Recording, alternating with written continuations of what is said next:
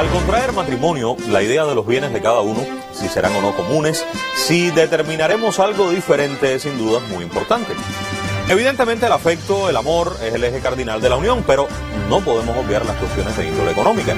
En ese sentido, el proyecto de Código de la Familia ofrece alternativas que son muy interesantes y que usted merece conocer. Vamos a hacer hoy un primer programa sobre ese tema. Acompáñenos, ya comenzamos. Buenas noches.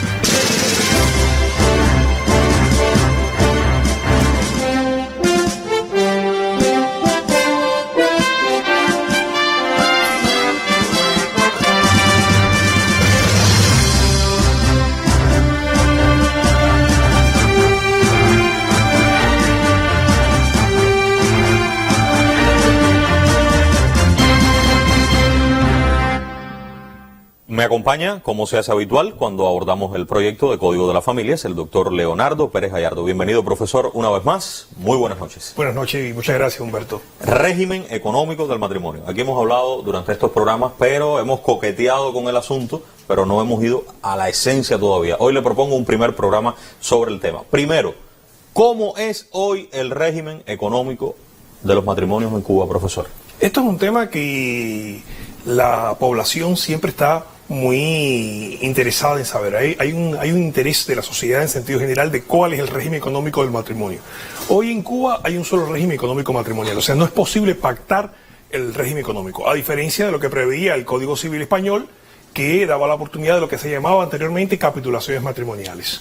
O sea, hoy las personas cuando formalizan un matrimonio tienen solo la alternativa, que no es una alternativa, es una disposición prevista por la ley, de que todo lo que adquieran constante matrimonio a título oneroso forma parte de la comunidad matrimonial. O sea, solo hay un régimen comunidad matrimonial de bienes. Toda adquisición a título oneroso tiene el carácter de bienes comunes. ¿Por qué cambiarlo? Por muchas razones. Hay razones en el orden sociológico, hay razones en el orden jurídico, hay un clamor social que data ya desde hace más de 25 o 30 años, hay un cambio de mentalidad también en la población, en la cual, en primer orden, nada mejor que potenciar la autonomía privada, o sea, que sea la pareja la que decida cuál va a ser el régimen económico que más se adecua a su modelo familiar, a su proyecto de vida. Eso es importante, sí. Humberto. Segunda razón, se ha demostrado científicamente en Cuba, a partir de investigaciones de la sociología y sobre todo desde el derecho familiar, que la pareja, al final, aun cuando la ley, cuando la norma jurídica, el Código de Familia establezca un único régimen económico matrimonial, de una manera tácita, pactan un régimen de separación. Los notarios, que son censores sociales, autorizamos escrituras públicas de compraventa de bienes inmuebles, sí, compraventa de vehículos automotor, como un paradigma, un ejemplo de bienes muebles en la sociedad cubana. Y la mayoría de las personas que compran los bienes, compran para uno solo de los cónyuges, o sea, declaran el carácter privativo que tiene el dinero que aportan. Eso demuestra también que de una manera, digamos, silenciada, la pareja decide que van a comprar bienes para cada uno de ellos para evitar que, si hay una crisis matrimonial, posteriormente tenga que liquidar esa comunidad. Además, las suegras intervienen los cuñados, intervienen los hermanos, que actúan ¿en qué sentido? Pues son los que colaboran con una parte u otra para comprar bienes a nombre de terceros. Vamos a tratar de entenderlo de otra manera. El régimen económico del matrimonio es uno solo y es comunidad matrimonial de bienes en el código de hoy. Ustedes están proponiendo una modificación donde prime la autonomía de la voluntad, pero con límites, porque hay reglas generales de las cuales vamos a hablar. Porque lo que ocurre es que, a pesar de que el código establece ese solo régimen, las personas buscan alternativas. Y si van a comprar, por ejemplo, usted lo ha dicho, un vehículo, dicen, no, un momento, estoy casado, pero yo solamente soy el que aporta. O también pudiera ser que esa compra se realice con otra persona como titular. Y en definitiva, el código lo que está buscando es solucionar todo eso. Le propongo que me presente a la invitada. Buscar alternativas. Sí, alternativas. Esa es la filosofía del código, buscarle alternativas. Y nada mejor que estas alternativas. Vamos a verlas ahora. Pero le invito a que me presente a la invitada. ¿Por qué usted ha propuesto que venga? Ya sería la segunda invitada que traemos, no desde la capital. Porque es que se generan muchos de estos temas desde el debate académico, no solo en La Habana, sino en muchísimas universidades del país. Además, el protagonismo que han tenido los profesores universitarios. La profesora Nilady Storga Hernández, doctora en Ciencias Jurídicas, profesora y auxiliar de Derecho Civil y de Derecho de Familia en la Facultad de Humanidades de la Universidad de Pinar del Río, y además se doctoró en el tema de pactos matrimoniales. En este tema. Y pues, por lo tanto, perfecto, no hay ninguna autoridad en Cuba que ha prestado más atención en estos últimos 5 años, digo, autoridad científica, que la profesora Torga. Vamos con ella entonces, le invito a que se siente. Bienvenida, profesora, un placer. Gracias por venir desde Pinar del Río hasta aquí para compartir con la teleaudiencia de todo el país. Tenemos hoy en el proyecto solo la comunidad matrimonial de bienes, en el código vigente. Sin embargo, el proyecto ya abre esto e incluye otras 2 propuestas. Vamos a ver cuáles son las 3 y les propongo un breve comentario sobre cada una de ellas para comenzar y después en el programa iríamos con más detalle. O sea, las 3 alternativas o variantes a la hora de contraer matrimonio serían la comunidad matrimonial de bienes, la que tenemos hasta hoy, la separación de bienes o el régimen mixto. Profesora, comunidad matrimonial de bienes, ¿qué comentario tendríamos? La comunidad matrimonial de bienes, como se concibe en el proyecto de Código de las Familias, de manera general no dista sustancialmente de lo que tenemos vigente en el Código de Familia, de manera que propone que se creen 3 patrimonios, uno propio de cada uno de los cónyuges, como venía sucediendo hasta el momento de la formalización del vínculo, y un tercer patrimonio que se integrará con bienes comunes en dependencia de el carácter con que se puedan clasificar a partir de la regulación del proyecto. Entonces, en el régimen de comunidad matrimonial, el elemento distintivo es que a los patrimonios privativos de cada uno de los cónyuges se sumaría un tercer patrimonio que ayudaría a solventar la vida económica de ese vínculo. Intento traducir. Antes del matrimonio tenía mis bienes, la otra persona de la pareja tenía los suyos, eso se mantiene, pero se incorpora entonces todo lo que a partir del matrimonio venga a la vida de ambos y eso sería lo común. ¿Es así? Exacto. Bien, vamos a ver la segunda variante, profesor, entonces quiero su comentario. Separación de bienes. Muy brevemente, ¿qué significaría? Sí, la posibilidad de la separación de bienes es una alternativa que tiene la pareja antes de formalizar el matrimonio, de determinar que todos los bienes que adquiera, incluso invirtiendo dinero, o sea, a título oneroso, va a ser de cada uno de los miembros de la pareja individualmente. O sea, no forman una masa ganancial o una masa comunitaria. De modo que cada uno va a tener la administración y la disposición de bienes. El día que la pareja, pues por una razón, pues lleve a una ruptura de la vida marital o por la muerte de uno de los cónyuges, no hay nada que liquidar. Porque por supuesto cada cual tenía la administración de los bienes de los que tenía antes del matrimonio y de los que va a seguir teniendo durante el matrimonio. Todos los bienes son bienes privativos de un cónyuge o de otro cónyuge. Ese es el elemento que caracteriza al régimen de separación. Y el tercero sería el mixto.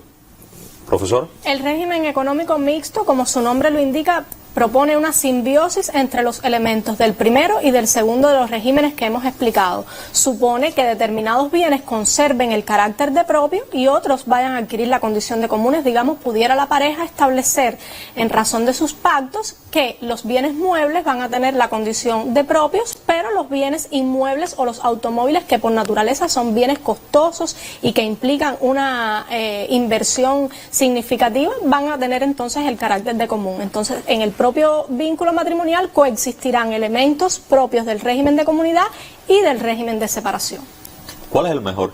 ¿Cuál ustedes prefieren? Antes de dar la respuesta a cuál es el mejor, es importante que los televidentes sepan que para que estos regímenes económicos matrimoniales funcionen, deben inscribirse al margen del matrimonio en el registro del Estado Civil, porque la publicidad es un elemento de garantía de cara a los terceros, los acreedores, a las personas que concierten contratos o establezcan relaciones jurídicas obligatorias con cada uno de los cónyuges. Sí, le ibas a preguntar cómo funciona, claro, en qué momento, todo eso se lo voy a preguntar. Decir, Humberto, cuál es el mejor es inducir a la sociedad a decir, bueno, hay uno u otro. Eso depende, porque es el mejor para una pareja. O sea, una pareja, de acuerdo con el proyecto de vida que ha diseñado, y dentro de ese proyecto de vida, el proyecto de vida matrimonial, puede apostar por un régimen privativo, un régimen de separación o quizás un régimen mixto. Es difícil determinar porque, por supuesto, incide los perfiles profesionales que tiene,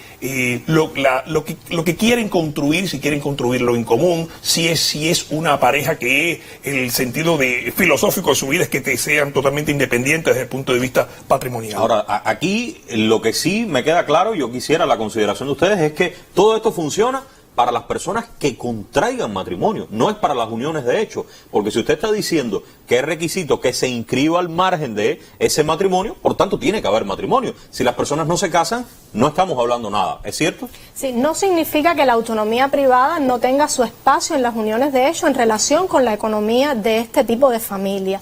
También hay manifestaciones de la autonomía privada que se pueden concretar a partir de determinados acuerdos que pueden organizar cuestiones de tipo económica, pero no son justamente los pactos matrimoniales que, como su nombre lo indican, se reservan para la institución del matrimonio y dan la opción de elegir entre estos tres regímenes que hemos mencionado. También hay autonomía privada en la unión de hecho, pero con otros matices.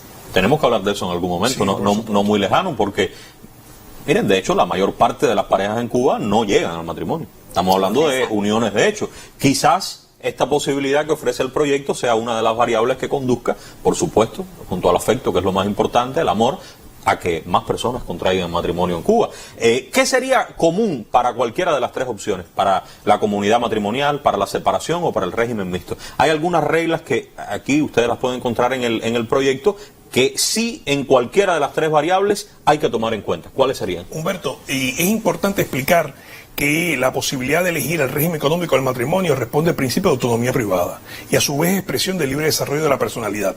Hay un principio que establece el artículo 3 del proyecto de Código de Familia que supone el equilibrio de pesos y contrapesos entre la autonomía privada y el orden público familiar. O sea, hay límites de esa autonomía privada. Y uno de los límites de esa autonomía privada es un régimen primario que establece el proyecto de código, que se regula bajo la denominación de disposiciones preliminares. O sea, hay determinadas reglas que cualquiera que sea el régimen económico que se pacte, no se pueden vulnerar. O sea, no puede haber en los pactos matrimoniales reglas que busquen o que tengan como consecuencia pues vulnerar o conculcar la dignidad de la persona, o que suponga la sujeción de un cónyuge con respecto a otro, o por ejemplo un pacto que suponga la renuncia al derecho a divorciarse, lo cual puede estar en el fuero interno de la pareja, pero no es posible que las partes pacten que van a renunciar anticipadamente al derecho a divorciarse. Y de igual manera hay una regla muy interesante que se introduce por primera vez en el derecho familiar cubano, que es que se establece el concepto de vivienda de residencia familiar. Aunque la vivienda sea propiedad exclusiva de uno de los cónyuges, pues allí se estableció la residencia de la familia que ellos constituyeron. Y si ese cónyuge pretende vender el inmueble, pues en la escritura de compra-venta tiene que expresar su voluntad, su aquiescencia, el otro cónyuge. Cuando se trate de otro cónyuge que está en una situación de vulnerabilidad, que tiene un niño o una niña en edad, y pues que es una niña o que es una adolescente, sí, o que está en una situación de discapacidad, o el cónyuge está en una situación de discapacidad. En todos esos casos, Humberto, en la escritura va a quedar expresado, esto no es posible en la actualidad, ese consentimiento. Y algunas personas, algunos juristas han dicho, bueno, pero esto es un límite a la libre disposición. No es un límite como tal a la libre disposición. Sí es un límite, pero es un límite que obedece al orden público familiar. Hoy la Ley General de la Vivienda establece que usted puede vender el inmueble, pero si como consecuencia de esa compraventa deja en un estado de desprotección a su hijo menor de edad o a su esposa, este podrá interesar la nulidad del acto jurídico. Lo que estamos evitando es llegar ahí que, no que se establezca, claro, o que puede incluso tener éxito una acción de nulidad, perjudicando además al comprador, que no tiene por qué saber el estatuto familiar del vendedor. Y nos vamos a evitar muchísimas cuestiones desagradables y va a ser con antelación, vamos a decir. Vengan conmigo, porque recuerden que son tres opciones. Quiero preguntarle a los profesores algunas ideas generales de cada una de ellas. La primera sería, recuerden, este es el código de las posibilidades, de las variantes, es el código de los afectos, es el código del amor. Y si se trata de régimen económico del matrimonio, recuerdo que serían tres las posibilidades. En comunidad matrimonial de bienes, en lo que tenemos hoy, y ha dicho la profesora que viene desde la Universidad de Pinar del Río, y ha dicho el profesor que es toda una autoridad en la materia, que se mantienen las mismas ideas en el proyecto de código, las que están en el código vigente, en torno a la comunidad matrimonial de bienes. No obstante, pregunto, ¿por qué se asume cuando no existan otras opciones que la pareja asume que es la comunidad matrimonial de bienes? Lo digo de otra manera. Si usted no declara esto cuando contraiga nupcias, si usted no aclara que quiere separación de bienes o que quiere el régimen mixto, se presumirá que usted asumió la comunidad matrimonial. ¿Por qué, profesora? Bueno, en primer lugar, desde la propia definición que ofrece el proyecto de Código de Familia con respecto al matrimonio, se deja sentado que esto es una comunidad de afectos en el que dos personas tienen un proyecto de vida en común. Quiere decir que se resalta desde esa propia definición la comunidad en el orden espiritual, en el orden afectivo. Por tanto, consideramos que sea lógico llevar esa comunidad también a la materia patrimonial, es decir, extender lo afectivo a lo económico. Pero hay otra razón también que tiene un trasfondo, pudiéramos decir, social. El régimen de comunidad matrimonial de bienes nos ha acompañado desde la aprobación del Código de Familia de 1975, que está vigente. Por tanto, consideramos que está enraizado en la cultura popular, que goza de determinada aceptación y conocimiento por parte de la sociedad cubana, y parece también razonable que se mantenga como aquel más próximo a la pareja en caso de que declinen en favor del legislador. ¿Cuáles serían los bienes comunes? ¿Cuáles serían los propios, los de cada uno? Los bienes comunes aparecen taxativamente numerados en el artículo 223. 223, ahí están. Exacto, y en este sentido hay que reconocer que el proyecto de Código de Familia es mucho más explícito que el Código de Familia vigente. Pudiéramos estar mencionando en este sentido los salarios, los ingresos que se obtengan con motivo del trabajo o de la seguridad social o cualquier otro de esta naturaleza, los que se obtengan como consecuencia de la subrogación real de bienes comunes, es decir, hay un bien que es común, se vende o se permuta, el resultado de esa enajenación conserva el carácter de común, se incorpora en el proyecto. Tenía una casa antes de contraer matrimonio, permuto la casa, la nueva sigue siendo mía, ¿es eso? Exacto. Perfecto. Y bueno, como hablamos de bienes comunes, estaríamos diciendo que si un inmueble común se permuta, pues ese conserva el carácter de común. ¿Cuáles serían entonces los propios? Dentro de los bienes propios pudiéramos estar mencionando aquellos que son de los cónyuges antes de la formalización del matrimonio, por regla general, pero además aquellos que se obtengan como consecuencia de liberalidades, digamos de donaciones que se efectúen a uno solo de ellos o que se reciban por concepto de herencia, también tienen el carácter de propios. Y por último, profesor, he oído decir, en la comunidad matrimonial todo es de los dos, excepto si tú demuestras lo contrario. Claro. Sería la última pregunta. Claro, la carga probatoria se invierte, o sea, aquel de los cónyuges que quiera probar que el bien es propio, necesariamente, o sea, el que lo alega tiene que probar la existencia del carácter si no propio. lo pruebas de los dos. Si no, porque ¿por qué razón esa presunción de comunidad? O sea, si el matrimonio es una comunidad de afecto, si el matrimonio está sustentado en un amor común, se sobreentiende también de que no solo pueden ser los derechos personales, sino también los derechos de contenido patrimonial. Ese es el motivo por el cual se presume una comunidad matrimonial de bienes y se presume que todos los bienes que se adquiere constante matrimonio, o sea, continuo el matrimonio, se adquiere para esa comunidad, a menos que se demuestre el carácter privativo, o sea, a menos que se pruebe el carácter privativo, ya sea por la aportación o porque las partes lo han exteriorizado por vía extrajudicial, o sea, en vía notarial, o que se pruebe en vía judicial. Bueno, vamos a hablar de la separación de bienes. Miren, estas son ideas generales. Yo creo que cada una de estas variantes merecería más de un programa incluso. Aquí lo que estamos es planteando las cuestiones esenciales de cada una de las tres opciones que ofrece el proyecto de código como regímenes o regímenes económicos del matrimonio. La separación de bienes. La primera pregunta que tengo que hacer es, bueno, si escojo la separación de bienes, ¿lo puedo separar todo sin ningún límite? ¿Qué me dicen?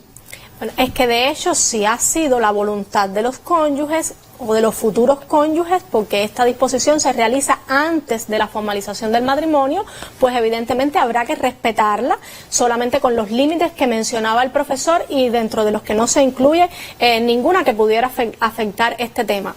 Puede libremente estipularse que los bienes van a ser separados independientemente de la naturaleza que tengan. Incluso uno de los integrantes puede disponer que absolutamente todo sea del otro integrante de la pareja, profesor. Mire, en principio eso depende de lo que ellos han pactado. Pudiera determinar, digamos que las partes pudieran determinar, por supuesto, si los bienes son a título privativo, o sea, cada cual lo adquiere con su dinero propio, cada uno de los bienes tendría un carácter privativo. Lo que no es posible decir que todo lo que se adquiere constante matrimonio tiene un carácter privativo de uno solo de ellos, a menos que se adquiera para uno solo. Porque fíjese, en la actualidad, con dinero común, se puede comprar un bien que va a tener un carácter privativo. Lo que pasa es que en la actualidad eso supondría una deuda para la comunidad matrimonial el día que se disuelva el vínculo matrimonial. Eso no es posible en un régimen de carácter privativo, porque en un régimen de carácter privativo no va a haber en modo alguno una situación de comunidad.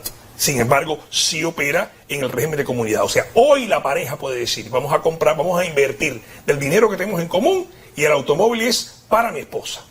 Claro, esto supone que la esposa, el día que se produzca una crisis matrimonial, un divorcio, queda latente una deuda que ella tiene con la comunidad matrimonial de bienes. Eso es hoy así. Hoy. Pero en este supuesto no, porque no. En este supuesto, pues estamos hablando de un régimen de separación absoluta. Por lo tanto, aunque el dinero venga de ambos, si se decide que es para uno de los dos, en separación de bienes. Lo que pudiera darse ahí, o implícitamente, es un acto de liberalidad, porque por supuesto, si el dinero de ambos y uno de los miembros de la pareja quiere que los bienes aparezcan a nombre del otro, por supuesto ahí hay un acto de liberalidad, porque ahí no se trata de deudas de la comunidad matrimonial de bienes. Los cónyuges pueden decir, bueno, el dinero que yo voy a invertir, el dinero que yo voy a tener durante la vida matrimonial, todo lo quiero invertir en que la otra parte de la pareja lo quiera. Pero ahí sí es importante, Humberto, determinar que no haya simetría, que esto no suponga en modo alguno un acto de humillación, una situación en la que haya un desequilibrio patrimonial, porque fíjense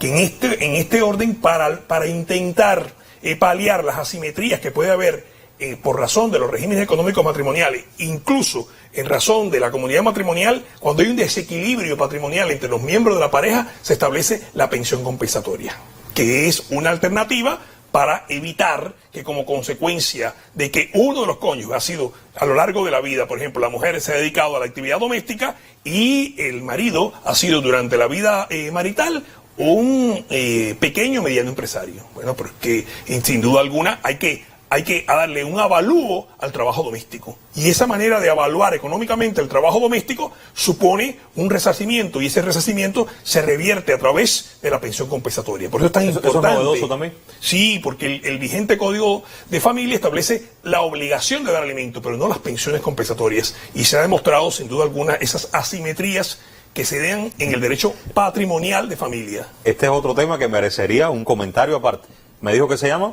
Asimetrías. No, pensiones. La pensión compensatoria. Pensión compensatoria. No lo olvide, porque vamos a regresar con ese tema. Profesora, y si nosotros en el momento del matrimonio decidimos separación de bienes y después, la cosa va diferente y ya no queremos separación de bienes, podemos cambiar y pasar a comunidad matrimonial o a un régimen mixto. ¿Se pueden hacer modificaciones después del matrimonio? Sí, una de las opciones que da el proyecto de Código de Familia es la posibilidad de modificar o incluso sustituir completamente el régimen económico del matrimonio que se pactó antes de la formalización o que comenzó de manera legal y supletoria a funcionar, que sería el de comunidad matrimonial de bienes.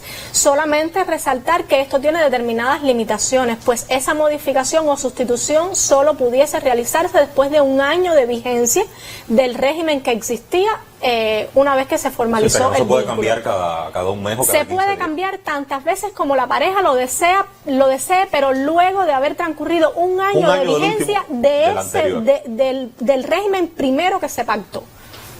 Humberto, es importante apuntar, a raíz de lo que dice la profesora Torga, que ese plazo es un plazo que se ha fijado convencionalmente, o sea, no hay científicamente demostrado que lo idóneo es un año o año y medio. Lo que sí es científicamente demostrable y sustentable es que no puedes cambiar continuamente el régimen económico matrimonial de manera tal que una semana tengas uno, una semana tenga otro, porque eso es importante de cara a acreedores y deudores. O sea, téngase en cuenta que el patrimonio de ese matrimonio, de esa pareja, pues será sustento de relaciones crediticias. Y esos acreedores, precisamente en el registro del Estado Civil, tienen una prueba de que han concertado un contrato con personas que tienen un régimen de comunidad o un régimen de separación. Entonces, a los efectos de darle estabilidad y seguridad jurídica a los créditos y a las relaciones jurídicas obligatorias, por lo tanto, se establece ese plazo prudencial para sustituir o modificar. Nos queda la opción 3, que sería el régimen mixto.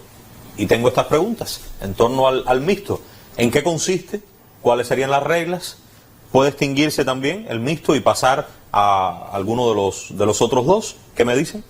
Ya lo anunciábamos al inicio del programa en qué consiste el régimen mixto. Asimismo, el proyecto lo define de una manera muy simple. Sencillamente es la combinación, la simbiosis de elementos del régimen de comunidad matrimonial de bienes y del régimen de separación. En tanto es la unión de ambos regímenes, las reglas también se van a combinar en dependencia de lo que las partes decidan. Si los bienes muebles se van a regir por el régimen de comunidad, pues entonces serán operables en este sentido las reglas de dicho régimen.